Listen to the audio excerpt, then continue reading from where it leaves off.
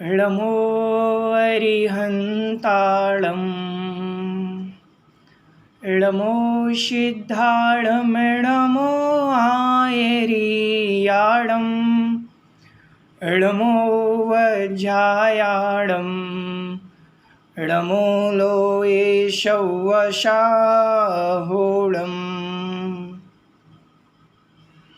यस्य स्वयं स्वभावाप्ति रभावे कृत्स्नकर्मणः तस्मै संज्ञानरूपाय नमोस्तु परमात्मने। बोलिए आदिम तीर्थंकर श्री आदिनाथ भगवान की जय। जगत कल्याणी द्वादशांग जिनवाणी माता की जय। परम पूज्य आचार्य भगवंत पूज्यपाद महामुनिराज की जय। परम पूज्य आचार्य भगवंत श्री विद्यासागर जी महामुनिराज की जय। परम पूज्य निर्यापक श्रमण पूज्य मुनि पुंगव श्री सुधा सागर जी महाराज की जय। अढ़ाई दीपस समस्त महामुनिराजों की जय। सभी को जय जिनेन्द्र। चलिए, आज से श्री दिगंबर जैन श्रमण संस्कृति संस्थान सांगानेर के तत्वावधान में एवं श्रमण संस्कृति पाठशाला कोटा के तत्वावधान में यह 10 दिवसीय शिविर का आयोजन किया गया, जिसमें हम सभी आज से श्री इष्टोपदेश जी नामक ग्रंथ का स्वाध्याय करेंगे। यह ग्रंथ आध्यात्मिक ग्रंथ है। अध्यात्म का अर्थ क्या होता है? अधि मतलब अपने में, समीप, आत्म मतलब आत्मा के जो समीप ले जाए उसे अध्यात्म कहते हैं। हमें आत्मा के समीप जाना है, हमें आत्म तत्व को जानना है, इसीलिए आज हम इष्टोपदेश जी ग्रंथ को प्रारंभ करेंगे। आत्मा के समीप जाने के लिए आत्मा का आश्रित लेना पड़ता है। वह किन किन माध्यम से हम आत्मा तक पहुँचेंगे, यह इष्टोपदेश जी ग्रंथ हमें उस आत्मा तक पहुँचाने के लिए एक मार्ग है। आत्म तत्व को जानने के लिए इष्टोपदेश जी ग्रंथ जैसा कोई सरलतम ग्रंथ नहीं है। अगर किसी व्यक्ति को अध्यात्म में पहुंचना है, आत्म तत्व को जानना है, तो सबसे पहला ग्रंथ अगर कोई पढ़ना चाहिए तो वह इष्टोपदेश जी नामक ग्रंथ है। इस ग्रंथ के रचयिता आचार्य पूज्यपाद स्वामी महाराज हैं। आचार्य पूज्यपाद स्वामी महाराज के विषय में आप सभी जानते होंगे। जो नहीं जानते उनके विषय में हम थोड़ी सी जानकारी आपको देते हैं। आचार्य पूज्यपाद, इनके बचपन का नाम देवनंदी था। ये ब्राह्मण वंश में उत्पन्न हुए। इनके पिता का नाम माधव भट्ट और माता का नाम श्रीदेवी था। लगभग 5वीं-6वीं शताब्दी के अंतर्गत इनका जन्म हुआ। आज से लगभग 1500-1600 वर्ष पूर्व आचार्य पूज्यपाद स्वामी का जन्म हुआ था। 1500-1600 वर्ष पूर्व इन्होंने आध्यात्मिक ग्रंथ, व्याकरण ग्रंथ और द्रव्य में, जिनमें सारे द्रव्य समाहित हैं, ऐसे सर्वार्थ सिद्धि जी जैसे आदि ग्रंथ आपके द्वारा लिखे गए। आपका जन्म का नाम देवनंदी था। आपकी प्रकृष्ट बुद्धि होने के कारण आपको भविष्य में जिनेन्द्र बुद्धि के नाम से जाना गया। आपके पास कोई एक ऐसा लेप था जिस लेप के माध्यम से, जिस लेप को आप पैरों में लगाते थे और पैरों में इस लेप को लगा करके विदेह क्षेत्र आदि गमन कर जाते थे। मतलब ऐसी शक्ति थी इनके पास, उस लेप को पैर में लगाते थे और उस लेप के माध्यम से वह आकाश में गमन कर सकते थे। ऐसी शक्ति, ऐसी विद्याओं के जो ज्ञाता थे, ऐसे पूज्यपाद स्वामी महाराज का यह इष्टोपदेश जी नामक ग्रंथ, जिसमें 51 छंद हैं, 51 छंद के माध्यम से यहाँ अध्यात्म का सार बतलाया गया है, आत्म तत्व को बतलाया गया है।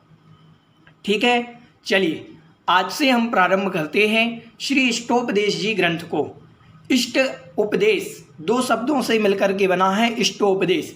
इष्ट मतलब होता है प्रिय, उपदेश मतलब होता है वचन या देशना। तो इष्ट है जिनका उपदेश, इष्ट है जिनकी देशना, प्रिय है जिनका उपदेश, उसे इष्टोपदेश कहते हैं। आत्म तत्व को प्रिय लगने वाला जो उपदेश है उस उपदेश का नाम इष्टोपदेश है। ठीक है, एक अर्थ और निकालते हैं। इष्ट मतलब होते हैं हमारे आराध्य। तो आराध्य, हमारे आराध्य जो भगवान हैं उनका जो उपदेश है उसे भी इष्टोपदेश कहा जाता है। तो दो अर्थ हम यहाँ पर निकाल सकते हैं कि एक जो प्रिय उपदेश है उसका नाम इष्टोपदेश और एक भगवान के जो वचन हैं उसका नाम इष्टोपदेश। इस प्रकार से इस ग्रंथ की सामान्य से संक्षेप में मैंने आपको भूमिका बतलाई। ठीक है, चलिए आइए हम इसके मंगलाचरण को देखते हैं। इसका मंगलाचरण सभी लोग जिनके पास जिनवाणी हो वह जिनवाणी खोल करके रख लें, और जिनके पास नहीं हो यहाँ से मैं आपको स्क्रीन पे शेयर करूँगा वो ग्रंथ, तो आप उससे देख करके आराम से पढ़ सकते हैं। चलिए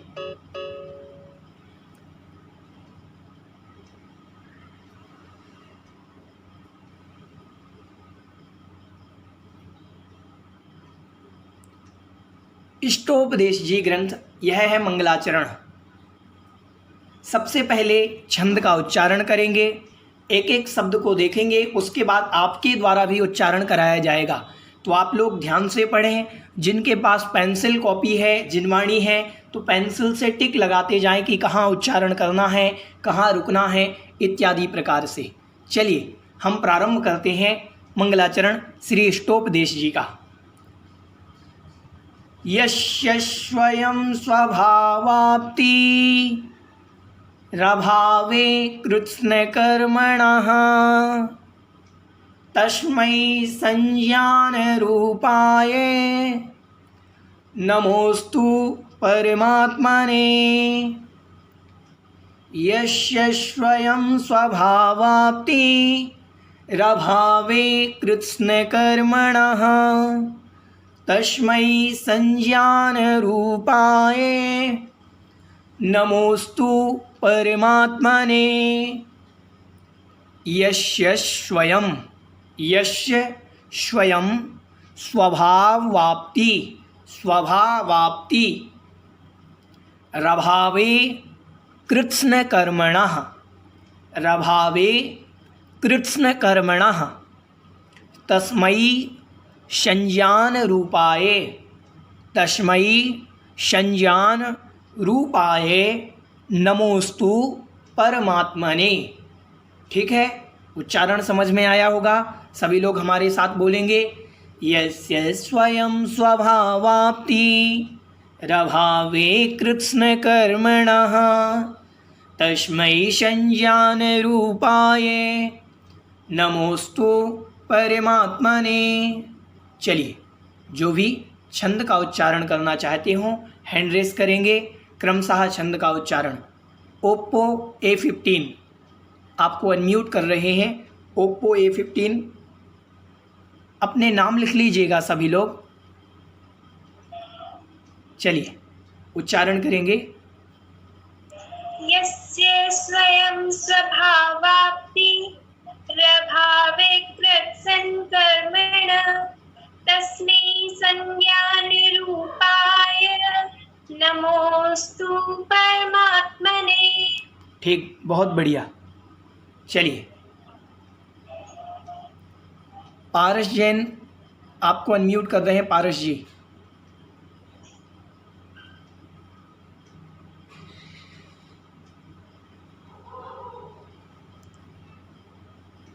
चलिए, आशा जी आपको अनम्यूट कर रहे हैं। आशा जी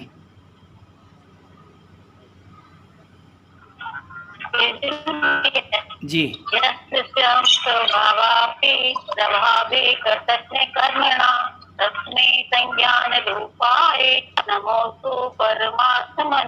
ठीक। तन्वी जी जैन आपको अनम्यूट कर रहे हैं। तन्वी जी भैया स्क्रीन शेयर कर दीजिए जी। स्टॉप जी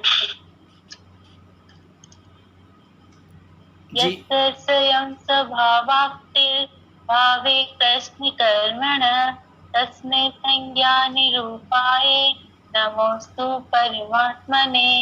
ठीक। चलिए, रचना जी कोलकाता आपको अनम्यूट कर रहे हैं। रचना जी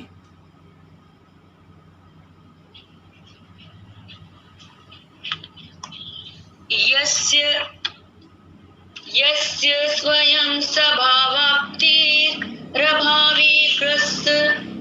कृत्स्न कर्मणः तस्मै संज्ञान रूपाय नमोस्तु परमात्मने।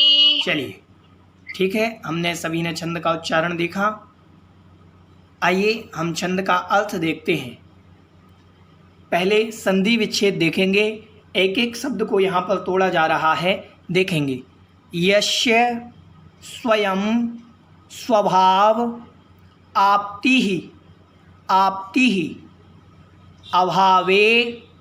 अभावे कृत्स्न कर्मणः तस्मै संज्ञान रूपाय नमः अस्तु परमात्मने। ठीक है, चलिए यहाँ पर आपको जो नीचे अर्थ दिख रहा है, आपको किसी को भी वह अर्थ नहीं देखना है। आपको यहाँ सबसे पहले छंद का अर्थ जो बतलाया जाएगा, उस छंद का ही अर्थ आप देखेंगे। छंद में आपको क्रम से अर्थ मैं बतला रहा हूँ, एक एक शब्द को बड़े ध्यान से देखना है, एक बार में ही आपको छंद का अर्थ याद हो जाएगा। ये यहाँ पर मंगलाचरण किया जा रहा है आचार्य पूज्यपाद स्वामी के द्वारा। आचार्य पूज्यपाद स्वामी मंगलाचरण कर रहे हैं और मंगलाचरण में क्या कह रहे हैं? यस्य मतलब जिनके या जिनको, यस्य मतलब जिनको, स्वयं मतलब स्वयं के, स्वभाव अपने भाव, स्वभाव मतलब आत्म परिणाम की, स्वभाव की, अपने स्वभाव की, आप्ति ही मतलब प्राप्ति हो गई है, जिनको अपने स्वभाव की प्राप्ति हो गई है। अभावे अभाव हो जाने पर, कैसे प्राप्ति हुई स्वयं की?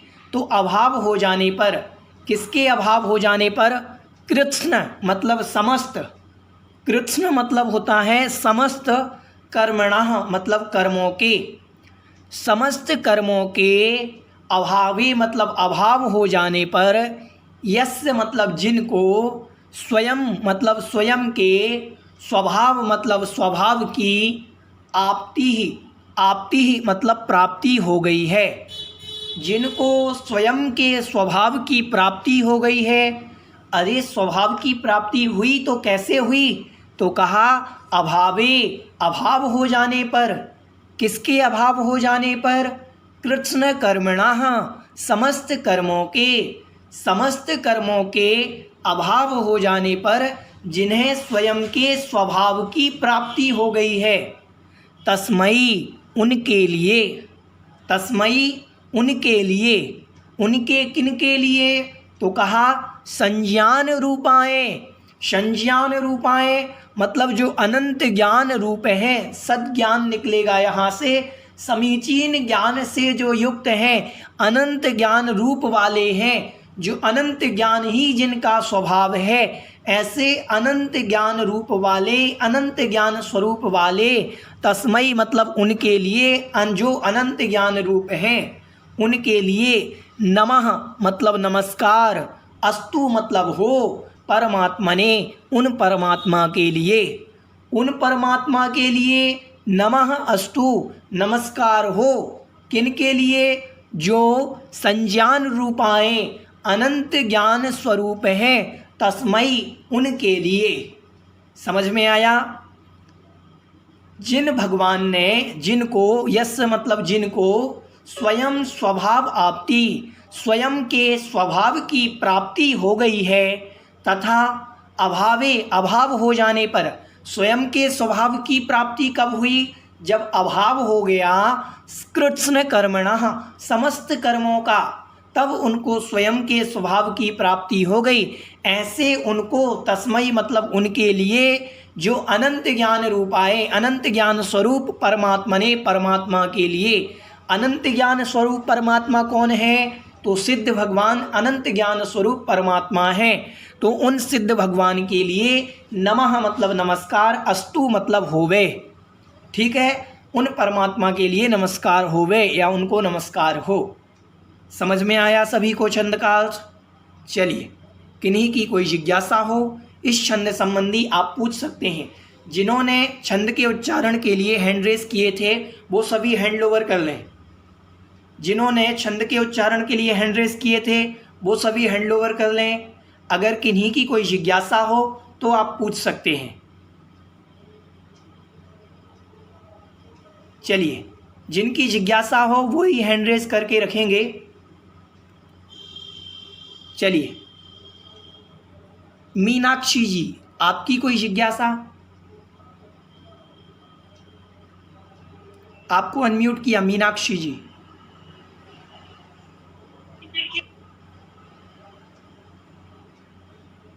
जी बोलिए। हो गया ना? हाँ मीनाक्षी जी बोलिए। मेरा नाम पता नहीं कौन सा बटन दबाया। चलिए, ऋचा जी आपकी कोई जिज्ञासा?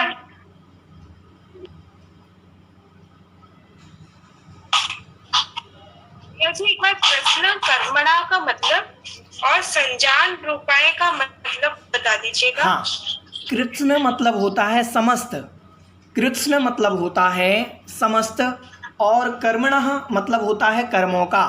तो समस्त कर्मों का अभावे मतलब अभाव हो जाने पर, ठीक है। संज्ञान रूपाए, संज्ञान मतलब अनंत ज्ञान, रूपाए मतलब रूप के लिए, अनंत ज्ञान रूप के लिए, ठीक है। संज्ञान मतलब केवल अनंत ज्ञान, रूपाए मतलब अनंत ज्ञान ही जिनका रूप है उनके लिए, ठीक है। चलिए, और किन्हीं की कोई जिज्ञासा? हैंड रेस करेंगे जिनकी जिज्ञासा होगी वही। तन्वी जी। भैया एक बार इसका पूरा अर्थ मतलब इसका अर्थ बता दीजिए पूरा, एक बार बोल दीजिए। जिनको अपने जिनके समस्त कर्मों के अभाव हो जाने पर अपने स्वरूप की प्राप्ति हो गई है, उन परमात्मा के लिए जो अनंत ज्ञान स्वरूप है उनके लिए नमस्कार हो, ऐसा इसका सामान्य अर्थ है, ठीक है। चलिए, सम्राट समर्थ जी। जय जिनेंद्र भैया जी। जी भैया जी, जब हम संस्कृत का उच्चारण करते हैं, मतलब श्लोक को उच्चारण करते हैं, तो इसमें यश एक बार बोला जाएगा या 2 बार बोला जाएगा? देखिए, कभी भी संस्कृत का एक नियम मैं बतला देता हूँ। संस्कृत के नियम में ध्यान से सुने। अगर कोई लघु अक्षर आता हो और लघु अक्षर के बाद कोई संयुक्त अक्षर आता हो, तो लघु अक्षर के बाद अगर कोई संयुक्त अक्षर आता है तो संयुक्त अक्षर के पहले वाले लघु अक्षर पर जोर दिया जाता है, ठीक है। जी। तो जैसे यस्य स्वयं, तो यस्य के बाद स्वा और वा, स्वयं में आधा सा और वा, ये संयुक्त अक्षर हैं। तो इसके पहले यस्य में जो या है इसके आ पर जोर दिया जाएगा। तो कैसे उच्चारण होगा?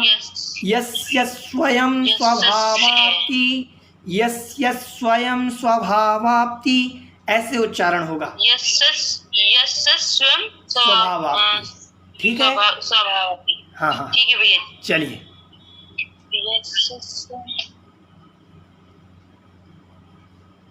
चलिए, आइए यहाँ पर अब हम समझते हैं मंगलाचरण क्यों किया जाता है। यहाँ पर सिद्ध भगवान को नमस्कार किया कि जिनके समस्त कर्मों का अभाव हो गया हो और जिन्हें अपने स्वरूप की प्राप्ति हो गई हो। अपने स्वरूप की प्राप्ति कब होगी? जब हमारी आत्मा से सारे कर्म दूर हो जाएंगे, और जब कर्म दूर होंगे तो ही तो हम अपने स्वरूप की प्राप्ति कर पाएंगे। अगर कर्म ही दूर नहीं होंगे तो अपने स्वरूप की प्राप्ति कैसे होगी? समझ रहे हैं?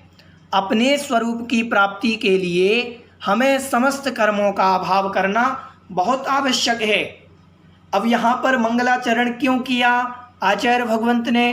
तो मंगलाचरण किया जाता है नास्तिकत्व परिहार शिष्टाचार प्रपालनम पुण्यावाप्तिश्च निर्विघ्ने शास्त्रादावाप्त संस्तवात्। नास्तिकता के परिहार के लिए मंगलाचरण किया जाता है कि मैं आस्तिक हूँ, जिनेंद्र भगवान में श्रद्धा रखता हूँ, जिनेंद्र भगवान के वचनों में श्रद्धा रखता हूँ, इसीलिए इससे नास्तिकता का परिहार हो गया। शिष्टाचार प्रपालनम, शिष्टाचार के पालन के लिए भी मंगलाचरण किया जाता है। जब भी हम कोई कार्य प्रारंभ करते हैं तो अपने बड़े बुजुर्गों का आशीर्वाद लेते हैं। ऐसे ही आचार्य भगवंत जब ये ग्रंथ प्रारंभ कर रहे हैं तो अपने आराध्य परम भगवान सिद्ध परमेश्वर जी का स्मरण कर रहे हैं, तो ये शिष्टाचार का पालन हुआ। ठीक है। पुण्यावाप्तिश्च निर्विघ्न, अगर कोई कार्य करते हैं तो उसमें पुण्य की भी आवश्यकता होती है। तो पुण्य की प्राप्ति के लिए हम ये कार्य प्रारंभ कर रहे हैं, ये ग्रंथ प्रारंभ कर रहे हैं, तो हमारा ग्रंथ निर्विघ्न समाप्त हो। जब पुण्य नहीं होगा, पुण्यहीन होंगे, तो हम ग्रंथ भी का स्वाध्याय नहीं कर पाएंगे। तो पुण्य की प्राप्ति के लिए और निर्विघ्न और ग्रंथ की निर्विघ्न समाप्ति के लिए ग्रंथ के आदि में, शास्त्र के आदि में मंगलाचरण किया जाता है। ठीक है।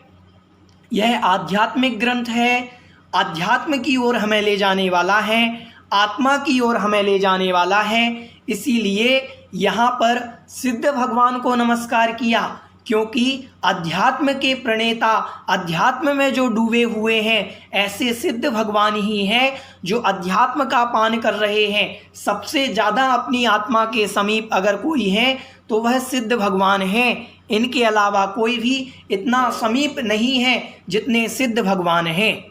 तो यहाँ पर सिद्ध भगवान ही सबसे ज़्यादा अपनी आत्मा के समीप हैं। इसीलिए यहाँ पर आचार्य पूज्यपाद स्वामी महाराज ने सिद्ध भगवान को नमस्कार किया। समझ में आया? चलिए, यहाँ पर ये बात जब उन्होंने मंगलाचरण किया आचार्य पूज्यपाद स्वामी ने, तो वहाँ पर एक शिष्य बैठा हुआ था आचार्य महाराज के पास। शिष्य प्रश्न करने लगा कि भगवान, अगर ऐसे जीव को स्वयं के स्वभाव की प्राप्ति कैसे हो जाती है? किसी भी जीव को अपने स्वभाव की प्राप्ति कैसे हो जाती है? आपने मंगलाचरण में कहा कि जिनको अपने स्वभाव की प्राप्ति हो गई हो समस्त कर्मों का अभाव होने पर, मैं उन सिद्ध परमात्मा को नमस्कार करता हूँ। तो शिष्य ने कहा कि स्वयं के स्वभाव की प्राप्ति कैसे होती है, ये तो बतलाइए हमें। तो आचार्य महाराज अग्रिम श्लोक कहते हैं उस शिष्य को बतलाने के लिए कि स्वयं के स्वभाव की प्राप्ति कैसे होती है। आइए हम देखते हैं छंद क्रमांक 2। समझ में आ गया होगा सभी को पहला श्लोक।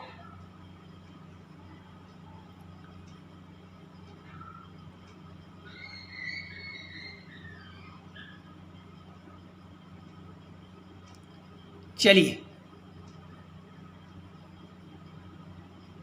निमित्त और उपादान से सिद्धि, निमित्तोपादान से सिद्धि।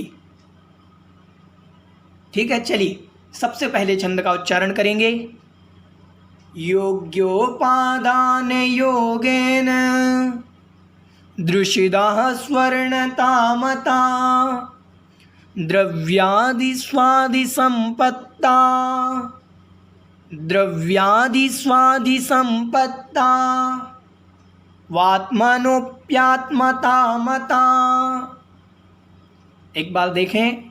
योग्योपादान योगेन दृशिदाः स्वर्णता मता द्रव्यादि, द्रव्यादि स्वादि, स्वादि संपत्ता वात्मनो, वात्मनो प्यात मता मता, वात्मनो प्यात मता मता।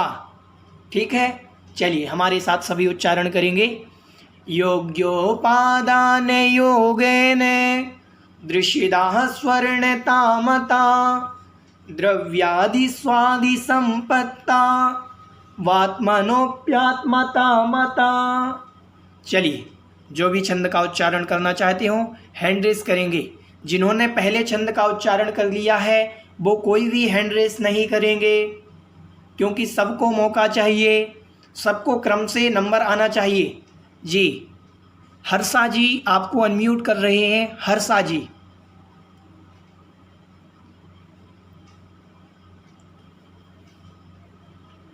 जी बोलिए। स्क्रीन शेयर कर दीजिए। जी। योग्योपादान योगेन दृशदाः स्वर्णतामता द्रव्यादि स्वादि संपत्ता वात्मनोऽप्यात्मता मता। चलिए, बहुत बढ़िया। सारिका जी, गैरतगंज।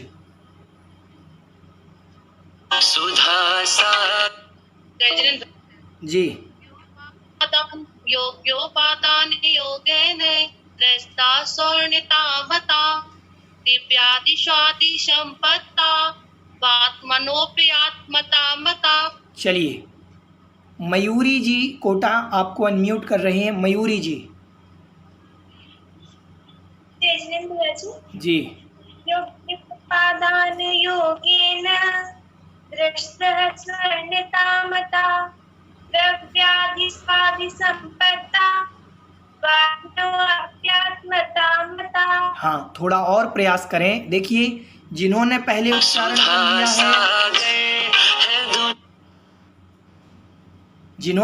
उच्चारण कर लिया है वो कोई भी हैंड रेस नहीं करेंगे। मुझे कुछ लोग दिख रहे हैं जिन्होंने पहले उच्चारण कर लिया, दोबारा भी हैंड रेस कर रहे हैं। चलिए, सुलोचना जी, आपको अनम्यूट कर रहे हैं। सुलोचना जी।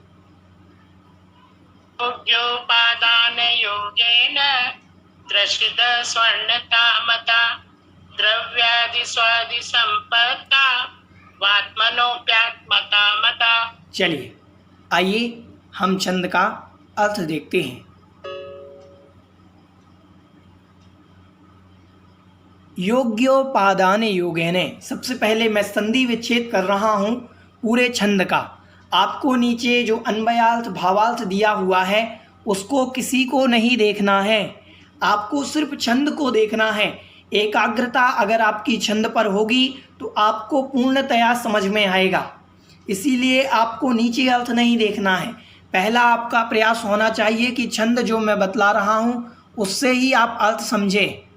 ठीक है, संधि विच्छेद देखते हैं। सबसे पहले योग्य उपादान योगेन, योग्य उपादान योगेन दृश्यतः स्वर्णता मता द्रव्यादि स्वादि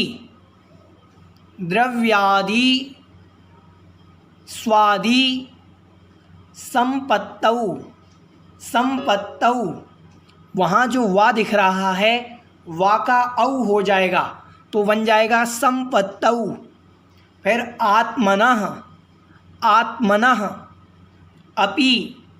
अपि आत्मता मता योग्य उपादान योगेन दृश्यतः स्वर्णता मता द्रव्यादि स्वादि संपत्तौ आत्मनः अपि आत्मता मता। ठीक है, चलिए यहाँ बतला रहे हैं निमित्त और उपादान से सिद्धि। ये छंद थोड़ा सा कठिन है लेकिन बहुत इम्पोर्टेंट छंद है ये हमारे जीवन का। इसको बहुत अच्छे और ध्यान से समझना।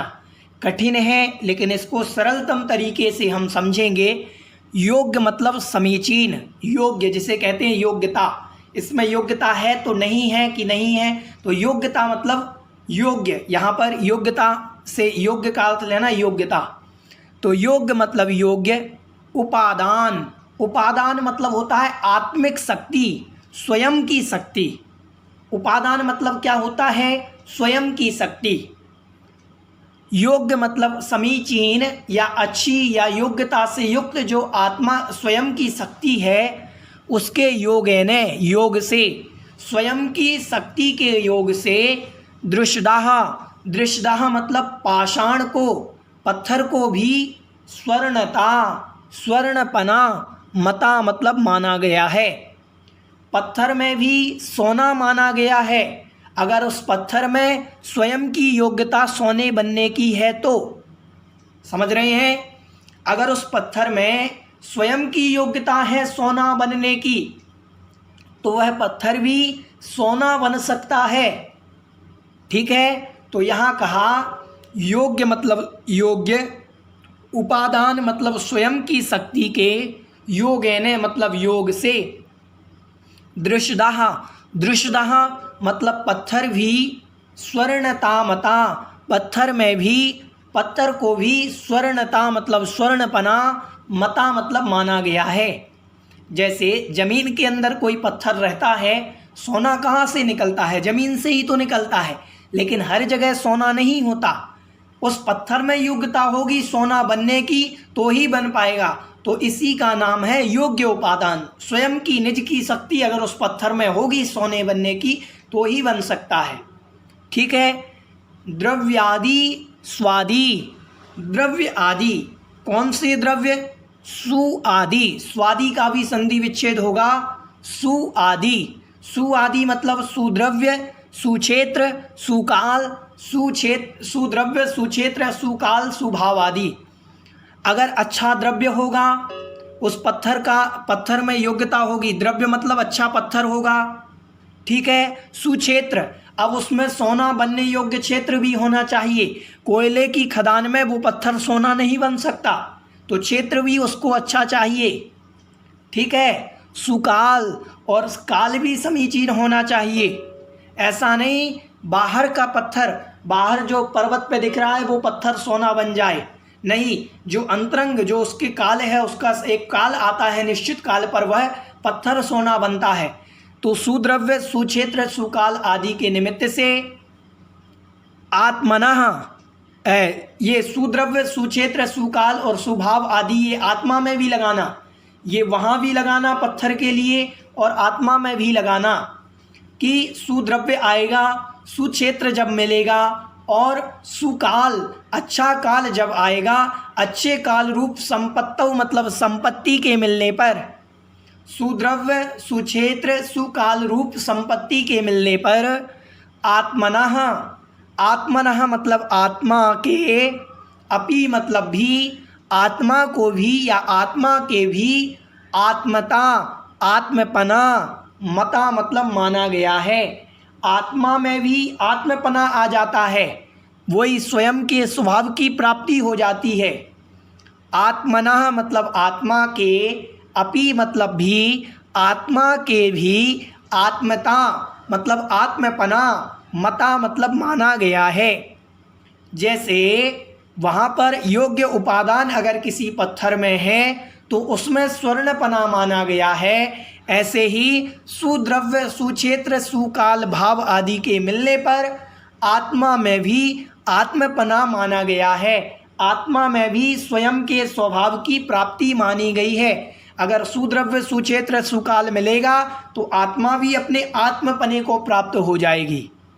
समझ में आ गया? यहाँ ऊपर की छंद में, ऊपर वाली पंक्ति में उपादान को आश्रित करके लिखा और नीचे की पंक्ति में निमित्त को आश्रित करके लिखा।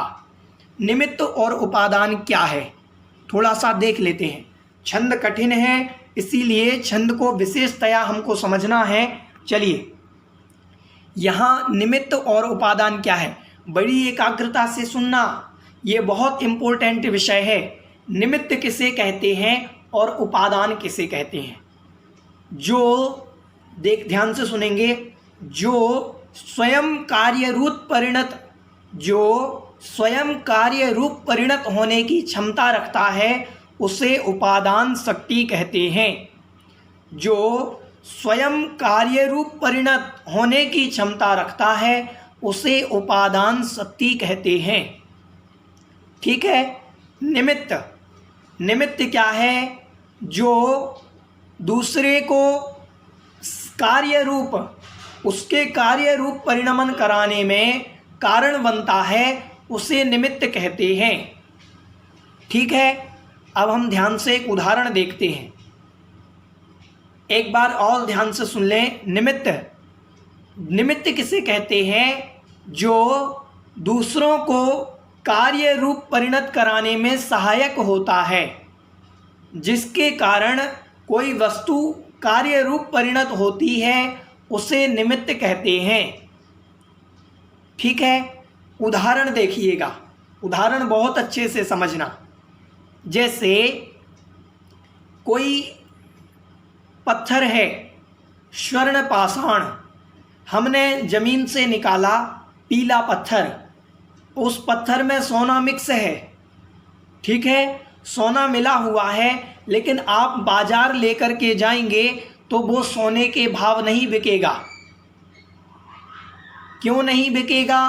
क्योंकि अभी उसमें पूर्णतया शुद्धता नहीं आई, पूर्णतया वह स्वर्ण रूप परिणत नहीं हुआ। ठीक है, ध्यान से सुने। वह पत्थर को निमित्त चाहिए शुद्ध सोना बनने के लिए। उस पत्थर में योग्यता है कि नहीं है? शुद्ध सोना बनने की योग्यता है, वो शुद्ध सोना बन सकता है। तो ये जो योग्यता उस पत्थर के अंदर है, इसका नाम उपादान है। उस पत्थर के अंदर जो स्वर्ण बनने की योग्यता है, शुद्ध सोना बनने की योग्यता है, उसका नाम उपादान है। ये योग्यता किस में है? उस स्वर्ण पाषाण में है। अब इसको निमित्त चाहिए शुद्ध बनने के लिए। अब एक सुनार एक निमित्त है। सुनार जो है वो निमित्त है, अग्नि निमित्त है, और उस पर जो गर्म करने के लिए सारे निमित्त हैं। तो सुनार हुआ, अग्नि हुई, और गर्म करने का साधन, ये सारे निमित्त हैं।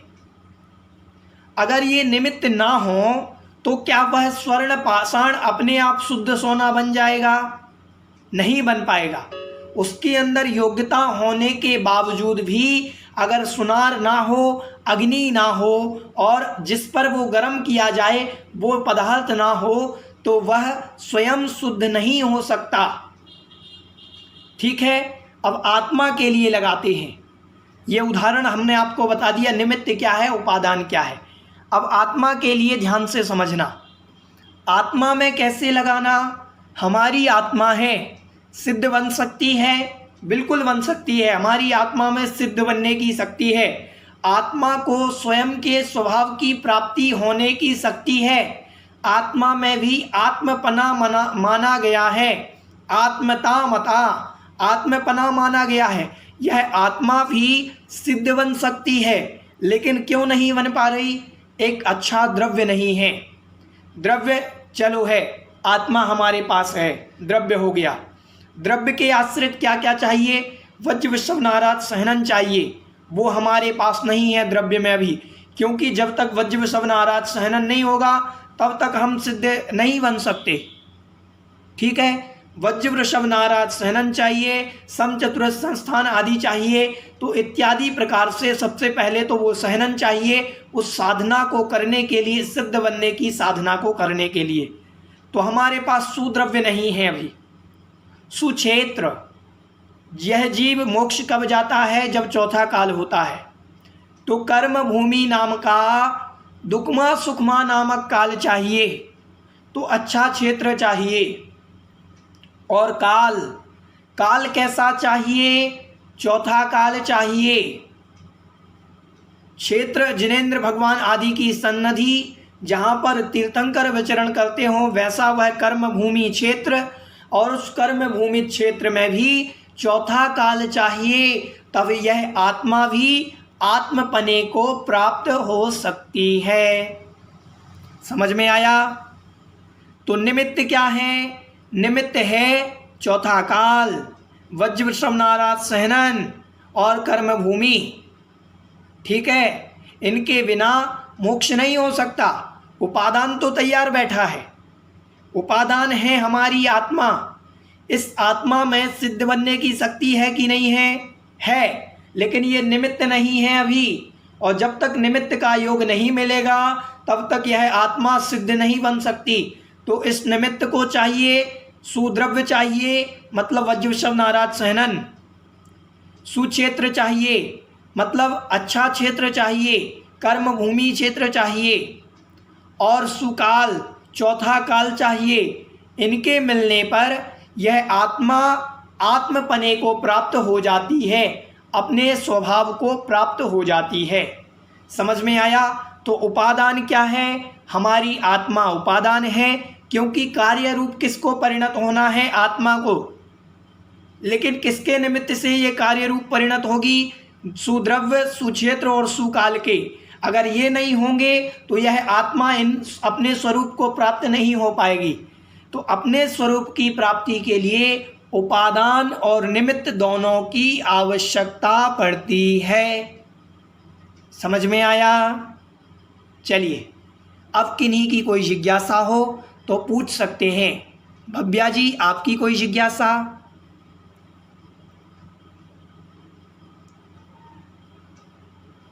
चलिए, कांता जी, आपकी कोई जिज्ञासा?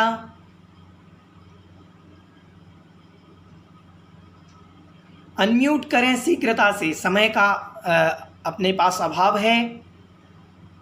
मधुबाला जी, आपकी कोई जिज्ञासा? हैंड ओवर कर लें जिनकी जिज्ञासा नहीं है। जी, मधुबाला जी। नहीं है भैया। हाँ, तो हैंड ओवर कर लें। देखिए, समय खराब ना करें, हैंड ओवर करें शीघ्रता से। दीपा जी, आपकी कोई जिज्ञासा?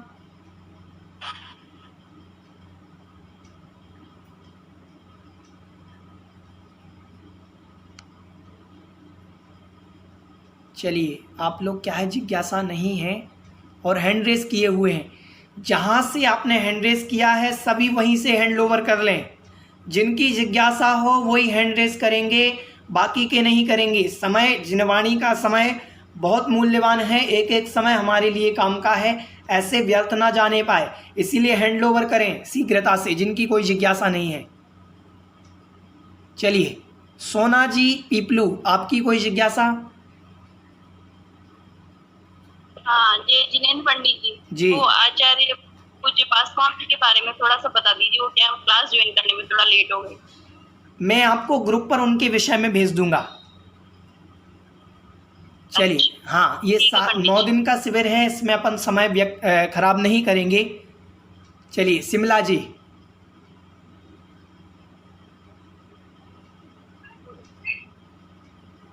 जी बोलिए। आज हम पढ़ नहीं पाए भैया जी, आज हम पढ़ नहीं पाए तो कल इसका कैसे मिलेगा वापस? इसकी रिकॉर्डिंग आपको उपलब्ध हो जाएगी 2-4 दिन के अंदर, आपको यूट्यूब के माध्यम से आपको लिंक भेज दी जाएगी। जय जी। चलिए, ऋचा जी, आपको अनम्यूट कर रहे हैं। ऋचा जी भारिल्य। भैया जी, एक बार ये जो आपने बताया ना छंद 2, इसको दोबारा समझा दीजिए, और दूसरी लाइन का जो उच्चारण है संपत्तों के बाद का, वो मुझसे हो नहीं रहा है अच्छे से, एक बार वो बता दीजिए। प्रयास करिएगा। संपत्ता वात्मनो, वात्मनो प्यात मता मता, वात्मनो प्यात मता मता, संपत्ता वात्मनो प्यात मता मता। ठीक है? चलिए, सार्थक जिज्ञासाएं होनी चाहिए, काम की जिज्ञासाएं होनी चाहिए। देखिए, हमारी जिज्ञासा ऐसी हो कि सबका समय सदुपयोग लगे कि हाँ इन्होंने कोई जिज्ञासा करी है। कोई ऐसी जिज्ञासा ना हो जिसमें अपना समय ऐसे ही निकल जाए। चलिए, कोटा मैन क्या लिखा हुआ है? आपको अनम्यूट कर रहे हैं, नाम डाल लीजिएगा सभी लोग। जी बोलिए। भैया जी, कोटा से सोनीशा जैन जी। मेरी जिज्ञासा सिर्फ इतनी सी है कि उपादान जो आपने समझाया, एक बार उसकी परिभाषा से फिर से समझा दीजिए। उपादान मतलब जो स्वयं कार्य रूप परिणत हो सके उसे उपादान कहते हैं। जो स्वयं कार्य रूप परिणत हो सकती है उसे उपादान कहते हैं, और जो कार्य रूप परिणमन कराने में जो सहायक है उसे निमित्त कहते हैं। ठीक है? हाँ ठीक, धन्यवाद। हाँ, चलिए, स्मिता जी।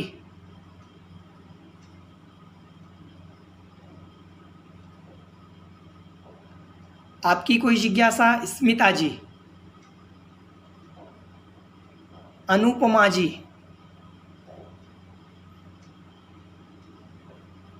जय जिनेन्द्र पंडित जी। जी। पहला प्रश्न ये था कि इसमें जो मंगलाचरण है वो 3 तरह के मंगलाचरण में से कौन सा मंगलाचरण है, और दूसरा ये कि सुद्रव्य में आपने जो वज्र वृष संहन जो बताया वो मुझे सिर्फ शब्द समझ में आया, इसका मतलब तो समझ नहीं आया।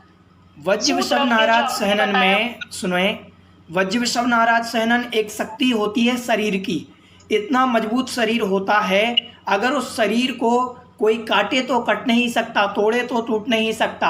इतनी शक्ति होती है कि अगर पत्थर पर कहीं ऊंचाई से गिरा भी दिया जाए तो पत्थर टूट जाए, लेकिन वो शरीर को कुछ नहीं होता। तो ये शक्ति चाहिए होती है उतनी साधना करने के लिए। इसको कहते हैं वज्र वृषभ नारद सहनन। संभव नहीं है, सहनन नाम हड्डी का है। तो ये इस काल में तो संभव नहीं है ना। हाँ, इस काल में ये पंचम सहनन काल में संभव ये नहीं। संभव नहीं। नहीं। और ये मंगलाचरण किस प्रकार का पंडित जी? नमस्कारात्मक। यहाँ जो मंगलाचरण नमस्कारात्मक। नमस्कारात्मक। नमस्कार। अच्छा ठीक है। चलिए,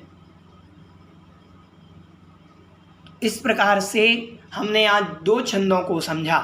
प्रयास करेंगे हम 3 छंद लेने का, 2 या 3 छंद। इससे क्या हो, हमारा कोर्स पूरा हो, हम ज़्यादा से ज़्यादा आचार्य भगवंत के वचनों को सुन पाएँ। अगर ये हमारे पास लंबा समय होता तो हम बहुत लंबे समय तक, महीनों तक क्लास चला सकते थे, कोई दिक्कत नहीं है। लेकिन अभी हमारी स्वयं की 2 क्लासें चल रही हैं, इसलिए समय का अभाव है। तो इसमें अपन को जितनी हमारी क्लास चल रही है, इसमें आपको ज़्यादा से ज़्यादा लाभ हो, ये मैं प्रयास करूँगा। बड़ी मेहनत से आपको पढ़ना है, बहुत आनंद आएगा।